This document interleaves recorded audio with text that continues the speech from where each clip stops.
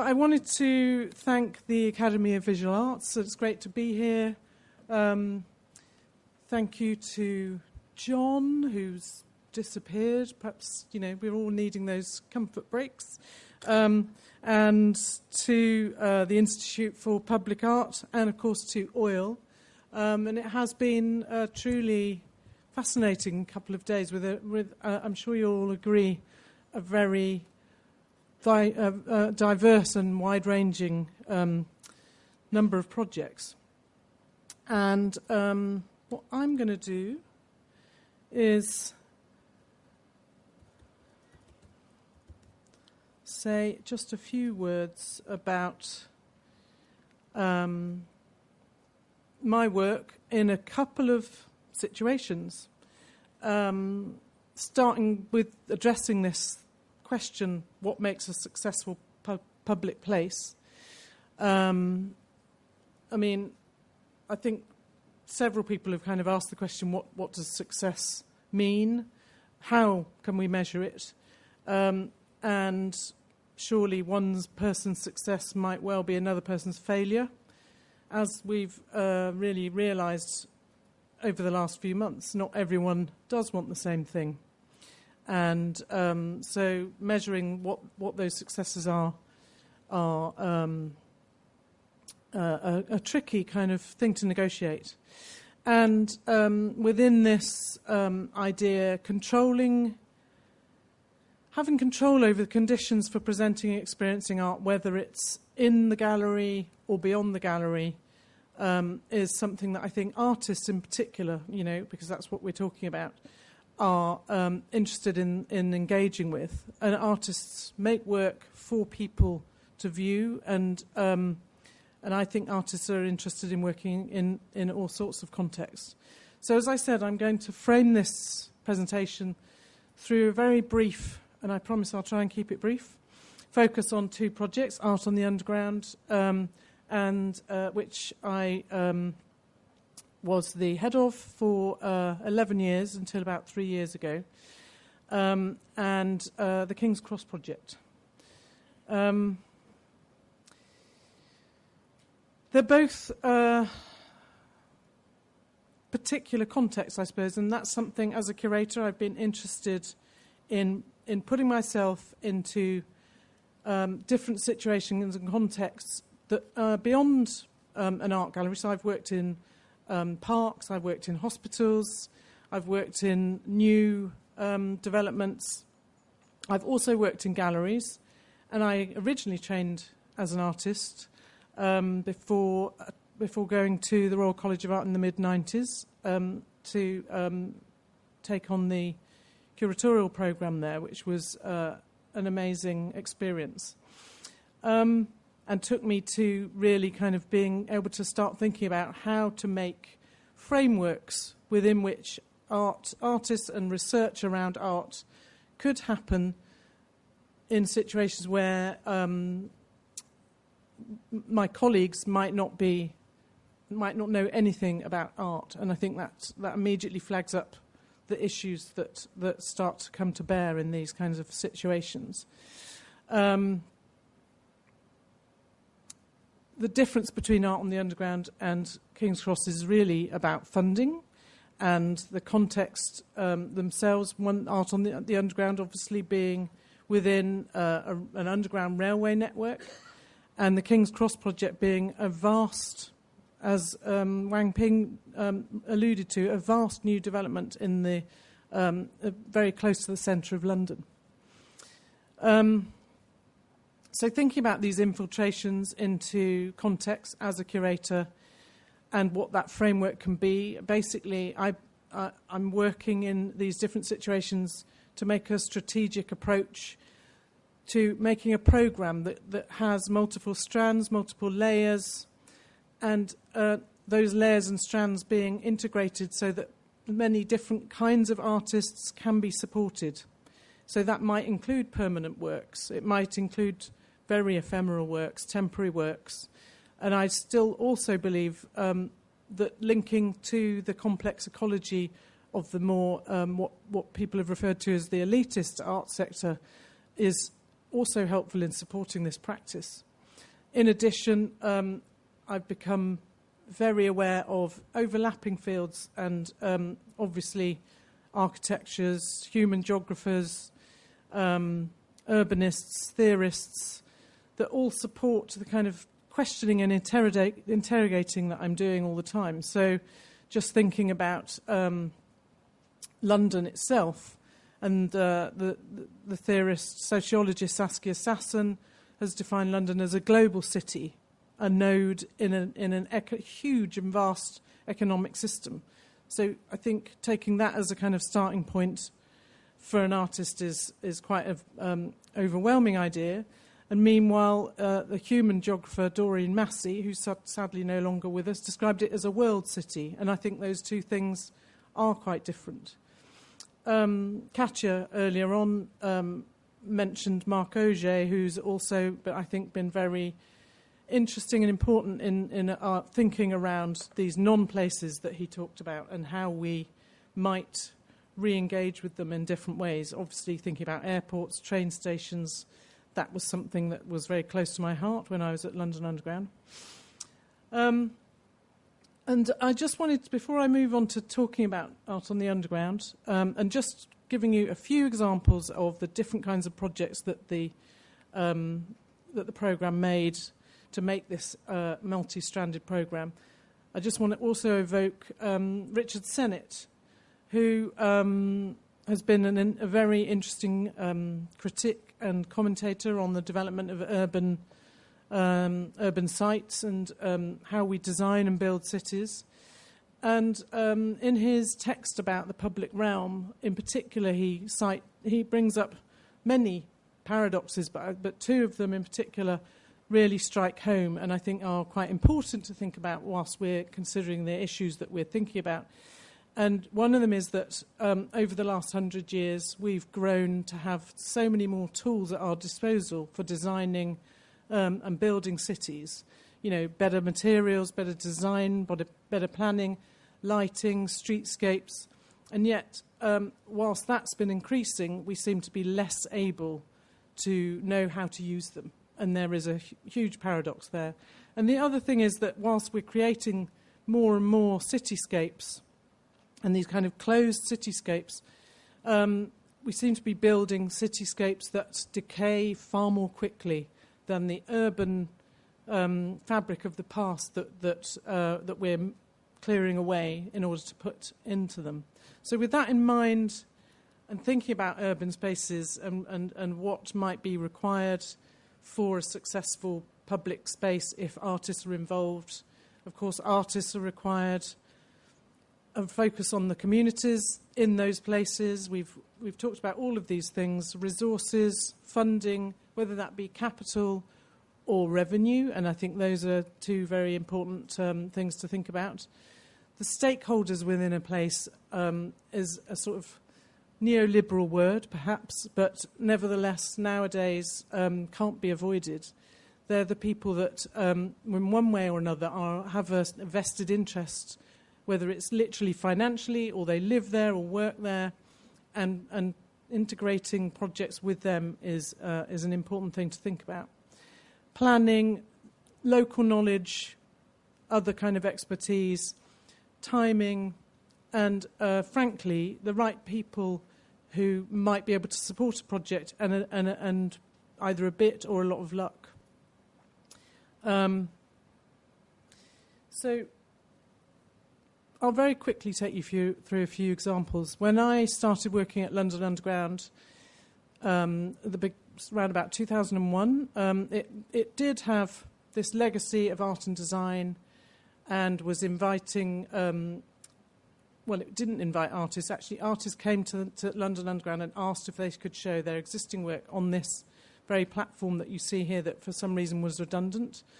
And I put myself in that position to find new ways for artists to respond to that incredibly public space, which has over 4 million people using it a year. That probably seems tiny by the standards of Shanghai or Hong Kong, but knowing that artists would find that an incredibly rich space to respond to. And this particular work was commissioned quite early in the experience that I had there by an up-and-coming artist at the time, Mark Titchener. And I just wanted to show you this particular image because it went on to become quite a seminal work for him. He was actually nominated for the Turner Prize because of this work, and he was really playing with public space and the idea of all the advertising that happens on the underground, but also using the starting point of each of those statements comes from the Black Panther movement, and the second part of the statement comes from a corporate organisation. So and then he borrows all the imagery from the internet. And so we blew these up, printed them onto aluminium because you can't use paper on the underground, and they became statements for the public to read as they were waiting for their trains.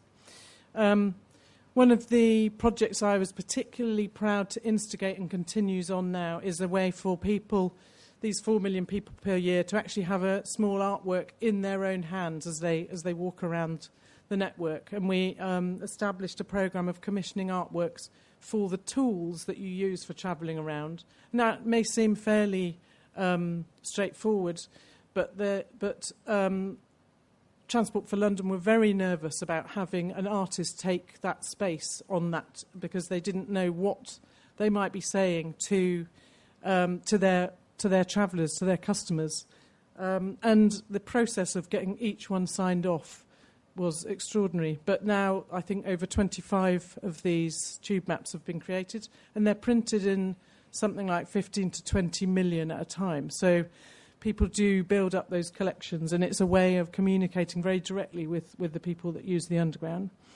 In one of the stations, we found a way of installing an enormous film screen at Canary Wharf Station, and we collaborated with a range of different filmmaking organisations to put on different seasons of films. So it became a sort of venue, but also a film screen that people could watch on their way through the station. And moving on to permanent works that I think haven't been established in London Underground since the 80s, but London Underground's station design has been, always something that artists have been very integral to working on. That it has a kind of profile worldwide for the design of its map, its font, its logo, which is over 100 years old.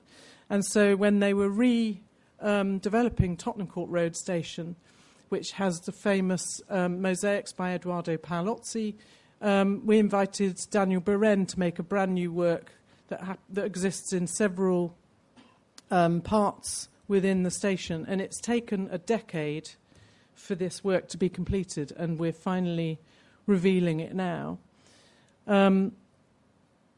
This work by Jacqueline Poncelet is based on her exploration of the local area in Edgware Road, and we were obviously very conscious of different neighbourhoods.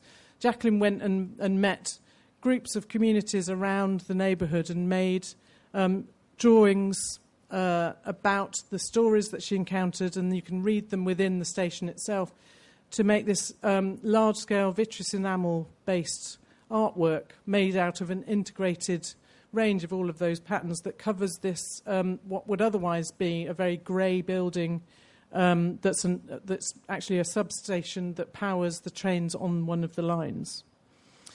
And here at Green Park, a work by John Main covers all of the buildings using Portland stone, which the building would have been clad in anyway, but he drew out the kind of elements of the Portland stone, the fossils that live within it, and made this frieze, and was able to actually design the way the Portland stone was clad. Now, it may look quite a conservative project, but it's sort of designed to fit the surroundings on Piccadilly and the kind of the architecture in that area. And another thing that I think isn't probably a huge issue for certainly in Shanghai or maybe other countries.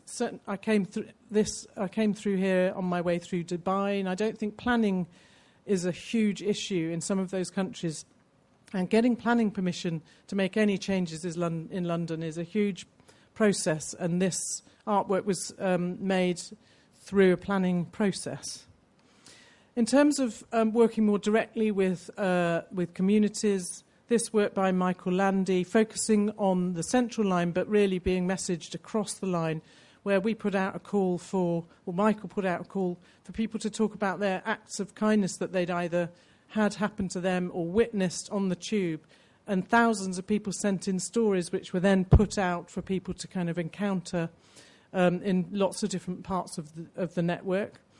And then Jeremy Deller was an incredible artist to work with on the tube who, in thinking about how many messages you hear on London Underground on a daily basis, you're constantly being barraged with information. He wanted to, we asked him what he would want to do, and he said, can we just not have any messages for a day?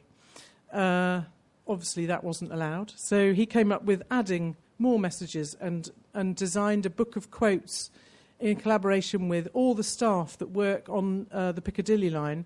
And then they had a little booklet designed that contained the quotes, and they could actually say these quotes out loud in their messages to people using the line. And then through the poster campaign, people were encouraged to tell us about what they'd heard. And again, a huge kind of response to that through the network. I think this is the final project just to tell you about, because it marked the 150th anniversary of London Underground in 2013, and Mark Wallinger was the artist we invited to respond to that anniversary and think about the next 150 years. And he came up with a project to design a unique labyrinth for every single one of the 170 stations on the line, made of vitreous enamel, which is this pretty much indestructible material. And it focuses on the idea that people go through a labyrinthine journey into work every day and back out again, and that they're actually, the labyrinth is centuries old, a millennia old even, and that there are so many designs that you can actually have a unique one in an unlimited number of unique designs. And again, we worked with the station staff to get their endorsement of the project, and there was a very large-scale kind of additional and integrated public programme working with galleries and museums across London and schools across London to kind of build understanding of what this project is. And the works are actually have a sort of raised edge to them, so you can literally trace your finger through them in and out. And here's a group of school children that were involved in one of those projects where Mark discussed that with them. And moving on to the King's Cross project, a very different situation.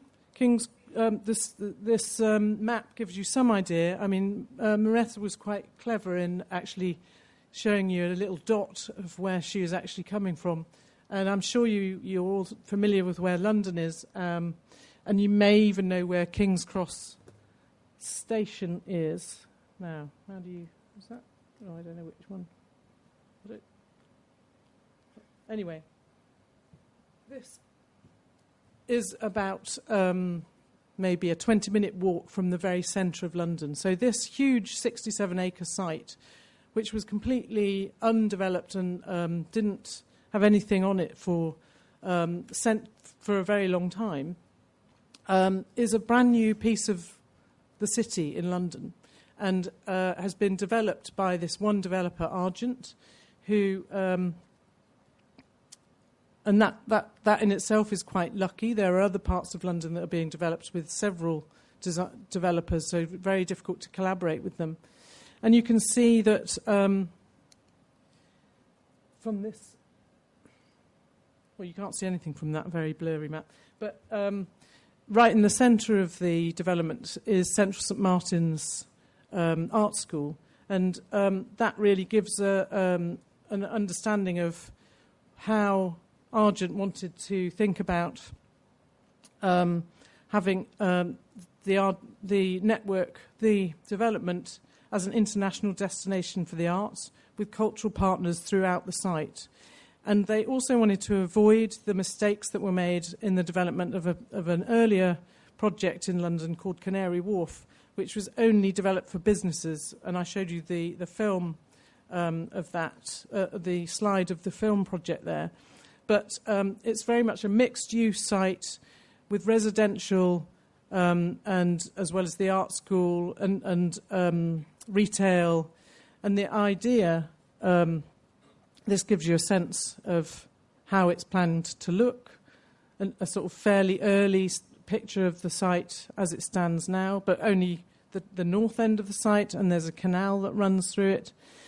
And Argent, I thought it would be interesting to show you the way they approached this project with their master plan, and how, as a curator, I need to kind of understand where they're coming from and how I might make some kind of intervention that might be beyond what developers normally expect in this kind of situation. And they were,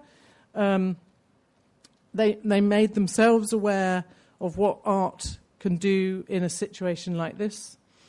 And I'm not going to read these out, but they started putting these lists of thoughts together around, again, what the benefit is for them as a commercial developer. And I think that's the key to note here. And to be clear, the way that they've been commissioning work is through a planning obligation called Section 106, which means that a developer has to spend a proportion of any new building on the landscape, the local landscape, and that can be anything from a park bench to a tree, but frequently that is the pot of money that commissioning of art projects comes from. Now, I was very interested in this project because of it being a completely new section of the city, landing in the middle of London, all in one go, or at least over 15 years. And that's the scale of that development is hard to really conceive of, but it's pretty unprecedented. And I was interested in how King's Cross was becoming unrivaled in terms of its transport connectivity, and how artists could be really meaningfully brought into that situation, because that was something that Argent saw as an important central element of their development. And now you can start to see how the place is changing. It does sit between two of the most deprived boroughs in London, the Bemerton Estate in Islington and the Somerstown Estate in Camden, the two adjoining local boroughs. And what you're looking at there is a picture of people from both of those boroughs who do come to the site. But what hasn't been happening is reaching out to the people in those sites. And what I'm hoping to develop is stronger projects that actually take those things into account. What you're looking at here is a wall that those steps didn't actually exist before, and they've kind of built these incredible areas for the public to gather in. And what we've started to do is start to think about the other stakeholders in the site. So when I was appointed or started working on the process a couple of years ago, how long can I keep going on for? Another 5 minutes? Yeah. Our first approach was to talk to potential residents on the site, like Central St Martin's, and I think they're really key to to collaborating with, but also to organisations like this amazing place called the Skip Garden, which reuses materials that are not being used, and they've been able to inhabit different parts of the site as it's been going along. They actually have now got responsibility for planting in the area. They develop workshops with local school children and young people, and disaffected young people in particular, who learn about natural products, cooking, and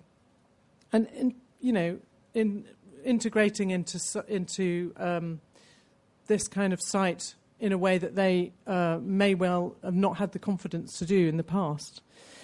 And so what Argent did was to actually put an advisory panel together. I think they've been quite visionary compared to some ways that developers work, and what my desire is to try and support them in that. They did appoint some curators who did some high-level, high-profile projects, which this was the final one, an actual swimming pool by Margetta Porcher in the north end of the site. And her vision was that people could swim in this naturally filtered pond in the middle of a building site. It was quite a popular site. So our vision for the project, as you can see, was about enhancing and developing this relationship further. I'm going to move through this quite quickly now, so hopefully you'll get the sense of what we're doing just from these slides. And they kind of speak for themselves. And this process has been based on the success of the way that we had the framework working at London Underground, but working with multiple stakeholders. So the images there show the first two meetings with stakeholders from the British Museum, local galleries, the Paul Hamlyn Trust, other sort of more grassroots organisations coming together to tell us, first of all, what they thought was needed, rather than us starting from the top down and imposing works upon them. We held a series of walks with some of those architects and philosophers that I mentioned, also with the staff that we were working with, artists. And then, following that plan in the next couple of years. Now, our first remit was to actually work in these very high-end residential buildings, and we invited the artist Tess Giray, who is a very well-known, probably an artist that John knows very well. She was the first female professor at the Slade, and very well known for her abstract geometric work, particularly in public spaces. And she made this work for the lobby of the building, but I think she's... and it's interesting that she references Syria and Aleppo, because she's making a series of works based on that city, which she visited before the war even started. But I think she wanted to evoke this in this particular context. So a kind of subtle political point. Again, a very high-end building where we brought Tobias Rayberger in to make a proposition for a work, which again has a kind of subtle political nuance. These clusters of lights that are all hand-blown in Germany operate in 5 separate clusters, and as people go in and out of the building, one of the clusters goes out and comes back, and it's on a completely random scale, and it's called Almost Everybody. So there's a way of kind of saying something about who's in that building, who isn't, and what's actually going on underneath. We're also working in the public realm, and the first artist that we've worked with, again, it may look kind of like a way of going more closely towards what the developer might expect, but this work was created very quickly. Rana Begum, the artist, was very excited by this opportunity to make a work. She works with very much with found materials, and once it's installed, this work, which is actually made of 30,000 individual reflectors from the back of lorries, so it's constantly changing and constantly kind of reflecting, in a way, what's happening around the site itself. And responds to the site that she was given to work with. We're also working with the artist Lucy Skeyer, who is looking at the histories of the site. It was originally, before it was railway land, it was actually massively important for making London brick, using the clay that's under the site. And Lucy wants to actually unearth some of that clay, and which will be part of the square that we're looking at here. We're also working with Aisha Khalid. One of the residents on the site will be the Aga Khan Development Network, who are building a university on the site. But this enormous wall that you can see here will eventually disappear. So we're going to paint a mural that Aisha is going to produce. Aisha is based in Pakistan, and it comes out of a miniaturist painting tradition. And so she's kind of playing with the sort of scale of that. This gives a sort of idea of the kind of work that she'll be producing. that will be painted directly onto the wall, and then the wall will actually disappear. We're working with Amalia Pica to think about the way we might set up communications across the rooftops of the site. And there's a strategic rationale for why the buildings are not over a particular height, because there's a strategic view from one part of London to St Paul's Cathedral that they weren't allowed to interrupt. So we're quite interested to think about how that works. And finally, I wanted to tell you about the artist Catherine Baum, who we're now developing support to work with Argent, now that we've kind of given them this framework to work within, and the opportunity to work with Central St Martin's and other kind of collaborators. Catherine is much more of a provocateur. She works with communities in all parts of the world, but particularly in London. For example, she's been working in East London over the last few years, where people used to go from East London to Kent to pick hops, to pick fruit, and work as labourers over the summer. And she's actually then working with them to create drinks that then get sold to keep the project going. And she wants to develop an itinerant cultural centre for King's Cross, working with all the people that I've mentioned. So that's our next big kind of push. I could say a lot more, but I probably ought to stop there. And sorry it's been rushed, but I hope you've had an interesting and thoughtful insight into some of these projects. Thank you.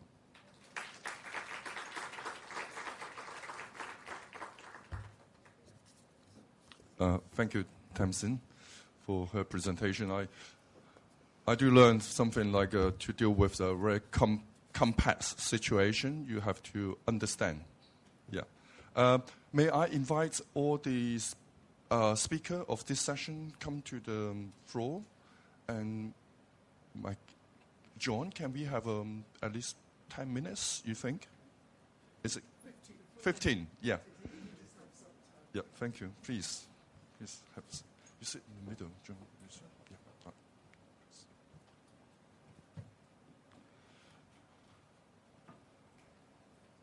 Okay.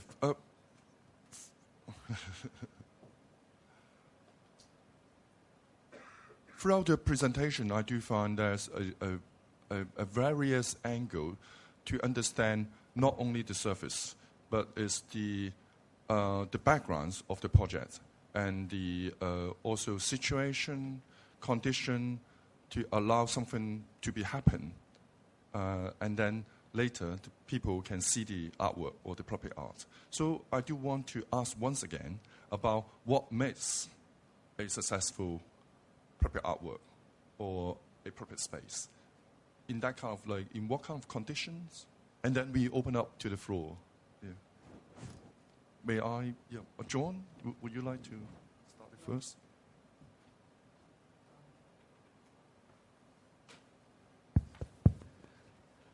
I think one of the things we've learned from this conference and previous conferences is that we don't really know what makes a successful public space in the sense of being able to explain it. I mean, there's many social geographers or urban planners will attempt to do it, and many architects have attempted to do it, but of course it's how you maintain a successful public space, because a public space can be spectacular on day one, but one of the great problems with public art and public art in public space is maintenance. Very few organizations will actually ensure that a public artwork or an environment in which art sits is adequately maintained. I think the photograph of Sarah's Tilted Arc as a abject, abandoned piece of art in a space is indicative of the problems that art faces and communities face, actually, in terms of a continuing evolving or developing place. So I think very successful spaces can be very unsuccessful in a short period of time, or unsuccessful spaces can become successful. It's a development process. Yeah, I do find it's like some problems occurs, and then later we find out what's the most important things. So this is more afterward what we learn from putting something there, and some even activities happen, and then after that we learn. Yeah. Tamsin, do you have any? You deal with many different situation issues. Yeah. It's a complex. Yeah, the complexity. Does that work? Hopefully what I've managed to convey in the last few minutes is the complexity of how to the range of stakeholders that you might have to deal with for any given situation, and that actually the way I've been dealing with that is actually, as I said, to put myself in that situation and gain the trust of the people that I'm trying to work with. So at London Underground, that meant gaining the trust of the managing director, of the local authorities, all those different neighbourhoods, and also the mayoral office as well. But almost as a priority, the people that run the stations and drive the trains, so that they actually felt that there was something that they needed to know about and felt included in, and had a kind of story to tell themselves. And there are so many different ways to make that happen, and it's not something that can happen immediately. So I think the permanent projects are easier in most cases to develop, because capital is always there's always a kind of little amount of small amount of money that can be found for those projects, but it's the revenue funds that an organisation needs to offer the opportunity to have, but also to be prepared to take risks and be prepared to risk failure. I think those are all the issues that I've dealt with, but I think there are many other things to take into account. Something I tried to highlight with the selection of works curatorial works I presented, is that we also have to take into consideration how our environment changes, and how the ecology basically also goes into how our public spaces works. So places and the type of public art projects that happened in the past, because of weather conditions and so on, are not just so sustainable in the future. So we have to think different as well, and that's something I'm very aware of in my everyday practice in Norway, because a lot of projects that we get proposed, especially when we have artists coming from outside, it's not possible to actually do because of the low temperature, because of the very harsh conditions, which means you have to think different. And I think that is something I would like to kind of open up for everyone here as well, that a place isn't just the physical place and the idea of something. The permanency is not the time that we're in. We have to also open up for different ways of working. And from that, there will be different work of arts and process and methods and so on. But one issue is about the sustainability about the public art project, and I do find in Taiwan situation they do have a art policy on it. The reason because is the election, the political move, and then it attracts the voting for their parties, and that compared to Hong Kong, we don't have this kind of policy. We just have a project base. That means. My experience is if a large public art project lasts for over 5 years, the top people, they might change the job, even the middle or the lowest, and that means someone initiate the project. But when you finish, there's someone took over it and doesn't need to agree with the previous successor, and then that's the problem start. And that means if that is the deal with a daily base operation level. That's why I think a policy address for a long sort of process is important. Yeah, I agree with that. In fact, when I was at Art on the Underground, I was very anxious about what would happen to the programme when I left. And I think actually establishing lots of projects that for them, for the organisers, for the management, saw as beneficial. the bottom line being, you know, their customers were happy and expressing that point. But that we looked into whether or not actually the Art in the Underground programme should become a separate entity that had its own governance and its own way of funding. Actually, at the moment, there is strong support for the programme because it's been so successful. So I think they've stepped away from doing that. But that's the next stage at the King's Cross project, because at the moment it's simply initiated and led by Argent. And it's been quite complicated for me to work for a commercial organisation. It's the first time I've done that.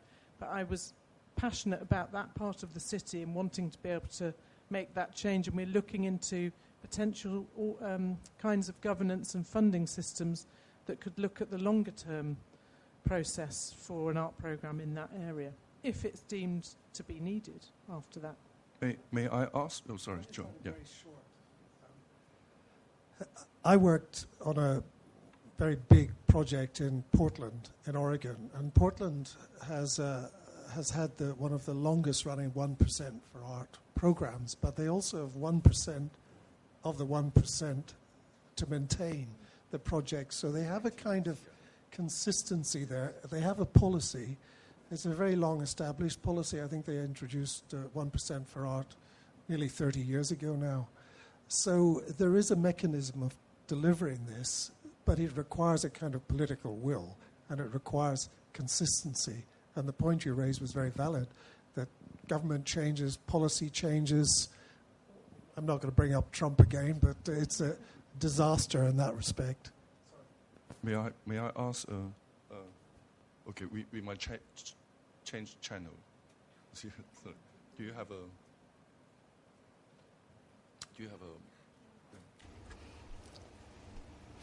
Please put on the headset.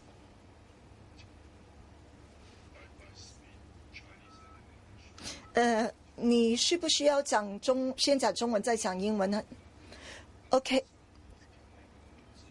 So, if you look at the system, how you can bring about change and transformation of the process. That's to say, the emergence of public art, does it have actually an healthy, an integral system in China? In China, it's mostly individual or the civilian developers for promoters promote the public arts. But will we see any changes when we talk about the capitalism, the wave of capitalism going into China? Will it also involve artists and curators, and so they can use different methods to do it? We facing a very complex mechanism behind, as Jiang Jin mentioned about the capitalism behind. Yeah, okay, all right, okay, thank you. Mm-hmm. Actually, in this process, I'm more concerned or imagined about the issue of education, because at the commencement of a project, it's more about the education enlightenment movement.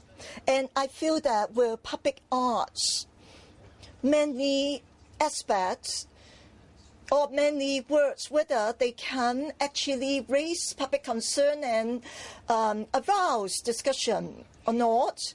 In fact, to open up discussion, it requires certain literacy, a process of education enlightenment, because the discussion process actually arouses public participation and raise their awareness and consciousness of things around them so that they can enter into a more democratic process of discussion. But whether this discussion can be sustained is a very difficult question, because often when we start the discussion, we may have a project that stimulates discussion, but it may be on another media. It become the consumed by, say, an official way. So how can we actually launch a discussion that can be sustained? So I think we have to make efforts to do that, although I'm rather pessimistic about this. 我觉得也是，我觉得那个 Well, I feel the same way. So the difficulties are such that it is not only that we have to educate in an interactive manner the public, but also in Munster, from top down, there could be some interaction. However, the planner are the middle level people, and you need a lot of time to communicate with them. The top level understands and may give the support to such an important project, and the levels, the middle level, can control what is visible and what is not visible. There's a lot of power in the middle level, and some of them are rather non-transparent, and this is a difficulty. Yes, it's difficult to resolve because very often public art and public furniture should be distinguished because many works are only public furniture, simply public furniture. So in this process, how can we allow the art can call upon reflection so that such a reflection can stay in the public arena? And this is very important. However, there are a lot of objects and images. We don't have the patience to open the debate behind every piece. And there are new pieces coming up all the time. So it is fragmented and it floats on the surface. If such reflection is not being done, so the social critique pieces will only become a furniture, will only become themselves public furniture.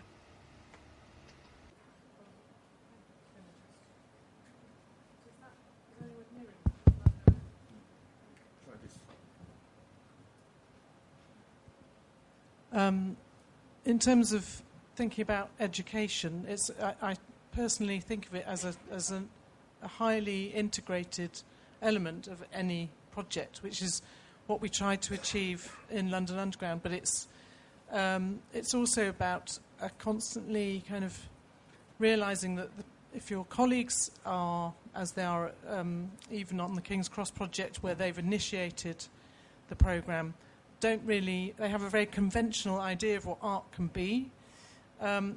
Persuading them of the benefit of a more ephemeral project where artists actually are involved in a more education-based project can take quite a long time to embed. But certainly on the Underground, we managed to bring artists in at all levels of the programme, focusing on different neighbourhoods, like in Stratford, where we managed to collaborate with other organisations to have a more a project where people were brought, say, with Matt Stokes, an artist who actually worked with performers all around the neighbourhood and then presented them within the station, engaged the station staff. I believe that actually those kind of structures of education need to be part of a wider programme to really help something to be sustained. But it does require a commitment and to be driven by a number of people from the outset. Rita, sorry. I just feel it's really important to say one thing: never underestimate the public. That is something I feel that we're doing here.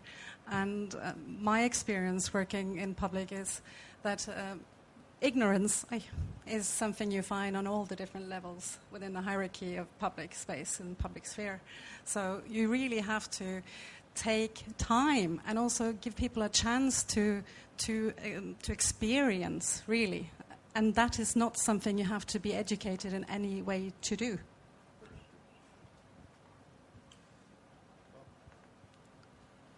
I certainly agree, but I was just going to come back to the Munster project because I think it's quite interesting, the time gap. The 10 years, it almost means that you've got each time it happens, there's a new generation seeing it. And that's quite unique, actually, I think, it's in terms of these kind of programs. But I think that's a very useful tool in terms of educating the next group, in terms of a kind of generational shift. Very important, and it's something which doesn't happen very many places. Last time I went to Munster 10 years ago, I did see the archive, which is very good, and then see what happened, and then how to connect in the old work to the new one, and even the old work's been displaced for 3 times. That means 3 decades, so which is very meaningful. May I open up to the floor? Any question to continue our discussions? Any comments, questions? Do we need to, stand up? No? Okay. Why not? Any?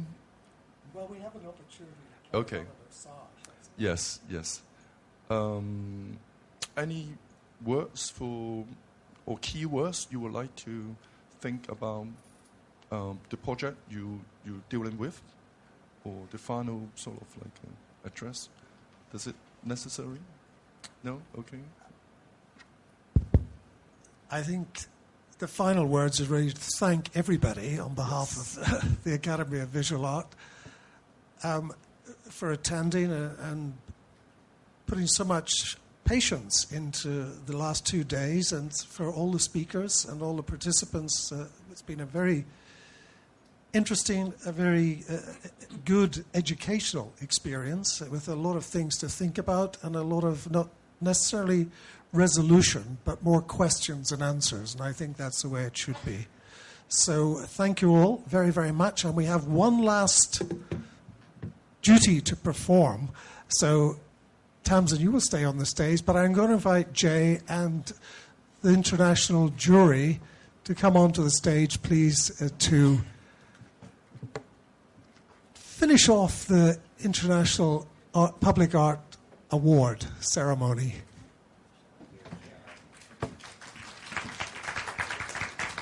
Yay. And the winner.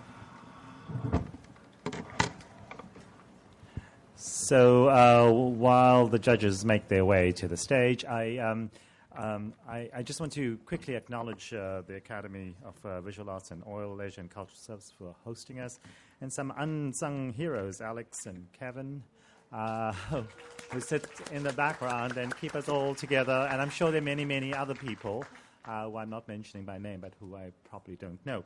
I also want to acknowledge the work of the Institute for Public Art and the people that are involved, and in his absence, the amazing work of Lewis Biggs, who's not here. And I want to acknowledge again the researchers who work so hard to make these, as you can see, these extremely diverse projects accessible to us. So can we just acknowledge those? Many of them are here.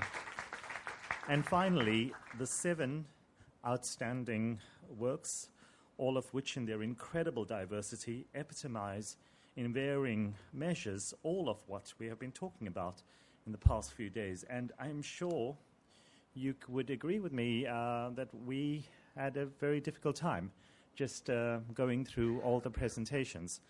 And it was an extraordinarily difficult time, but we were tasked with selecting one project that stood out in all the criteria presented to us. And without keeping you waiting any further, I'm honored to announce the winning project for the 2017 International Award for Public Art, Pimp My Karosa.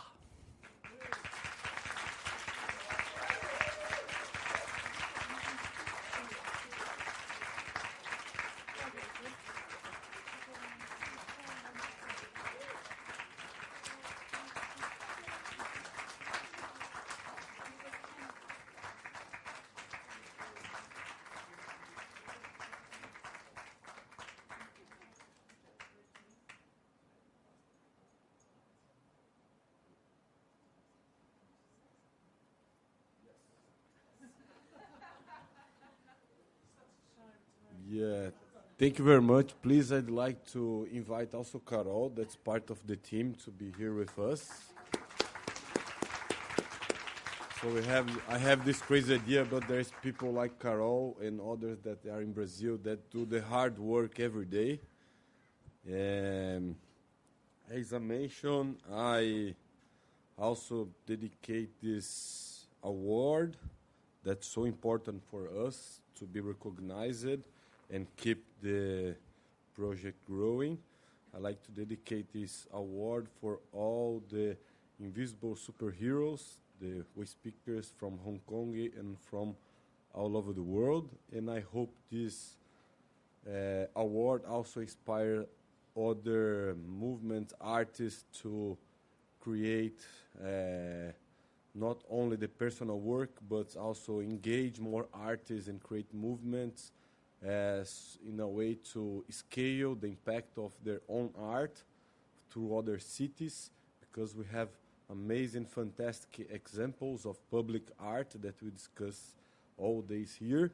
But imagine if we could scale all of them and spread through other cities, adapt. So I think I should leave with this message. So thank you very much, and congrats for all of you here.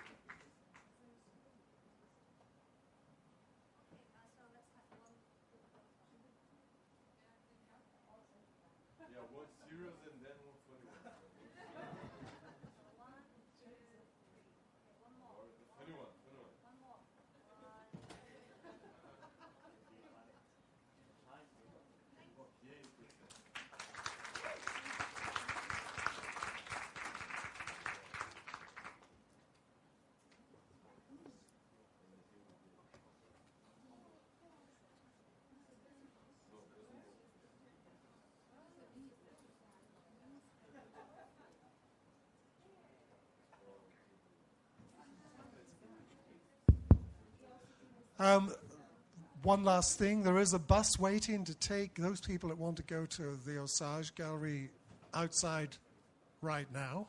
And anybody who still has a headset, could they please drop it off at the front desk? Thank you.